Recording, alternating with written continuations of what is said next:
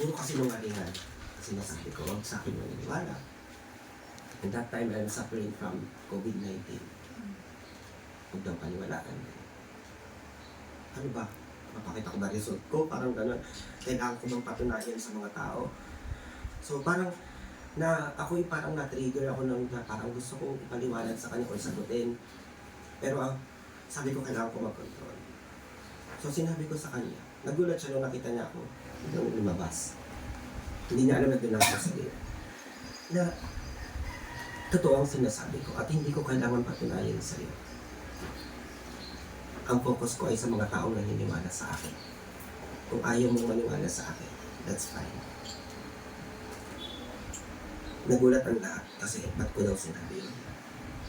Kung hindi ko sasabihin yun, patuloy siyang gagawa sa mga ganun. Kasi hindi niya lang sa akin ginagawa yun. Sabi ko, parang that's too much. Sabi ko, after nun, in-evaluate ko yung sarili ko. May mali ba akong nasabi? Tama ba yung mga nabanggit ko? Tama ba yung ginawa? Pero hindi ako nagkaroon ng regret after nun.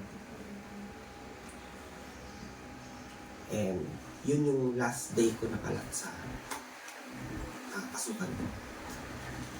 Sobra akong thankful sa itaas kasi yung matagal ko nang pinag-pray ay ibinigay niya sa akin.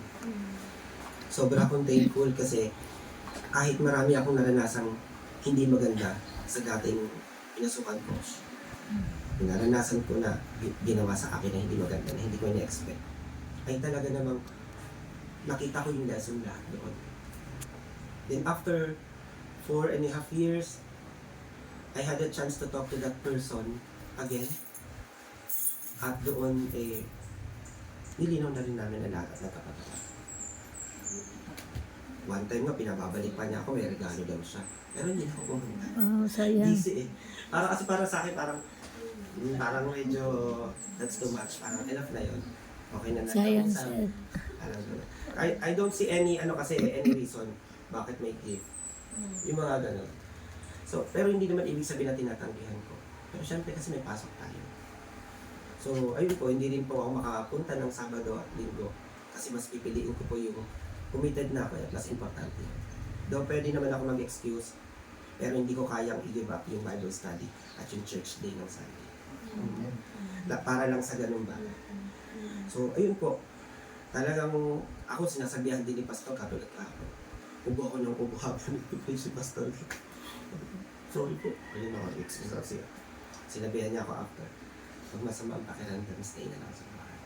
Sabi ko, Pastor, kahit naman po pumapasok ako sa school, sa trabaho, kahit nga po, naghihingalo na ako pumapasok ako